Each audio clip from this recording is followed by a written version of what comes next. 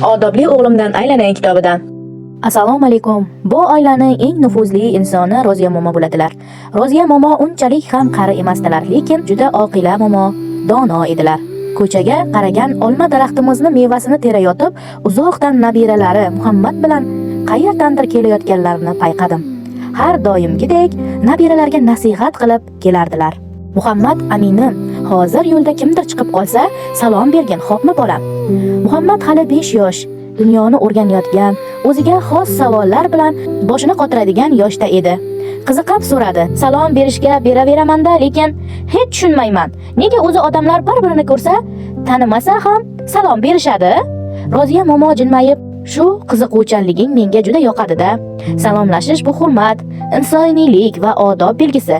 Tanimasak ham salom berishimiz orqali men sizni inson sifatida qadrlayman, sizga salomatlik tilayman degan mazmunda xulq ko'rsatamiz. Begonaga salom berish ishonch, xavfsizlik, mehr, oqibat muhitini kuchaytiradi. Payg'ambarimiz Muhammad sallallohu alayhi va sallam ham sizlar orangizda salomni yoyinglar deganlar.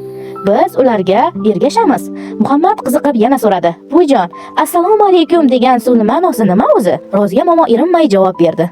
Assalom Allohning ismidan biri, ya'ni tinchlik ato etguvchi zot degani bo'lam.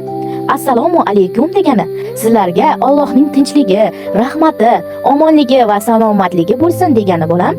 Muhammad xursand bo'lib, demak salom berish Allohning nomi bilan duo qilish hisoblanar ekanda.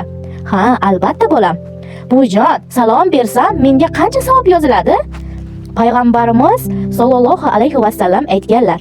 Biror kishi birovga assalomu alaykum desa 10 ta savob, assalomu alaykum va rahmatulloh desa 20 ta savob, assalomu alaykum va rahmatullohu barakatuhu desa 30 ta savob yoziladi.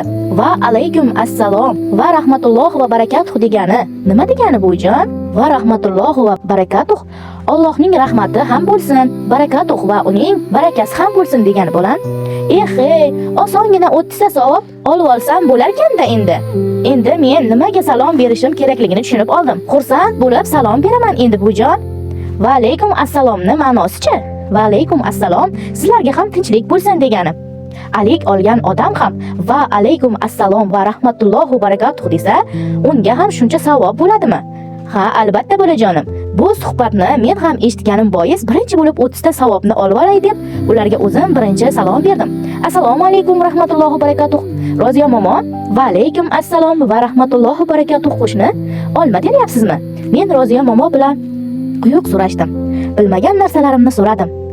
Dilim yashnab, qalbim porlab ketdi. Muhammadni bizni kutishga sabri yetmay allaqachon uyga kirib ketgan edi.